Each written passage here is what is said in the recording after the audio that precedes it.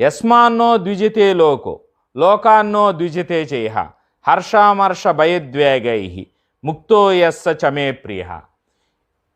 ఎవరి వలన, ఒక వ్యక్తి వలన జనం భయపడుతున్నారు అని అంటే ఖచ్చితంగా ఆ వ్యక్తికి జనం నుంచి హాని ఉంది.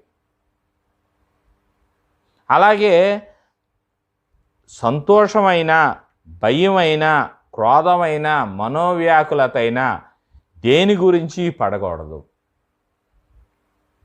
అదే బీ ఫియర్లెస్.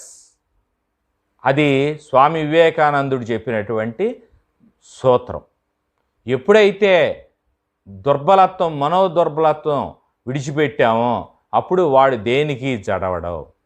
దేని యందు అహంకార మమకారాలు లేవు, దేని మీద రాగద్వేషాలు లేవు. వాడికి దేనివల్ల భయము లేదు, దేని మీద క్రోధం లేదు, దేని మీద మనోవ్యాకులత లేదు.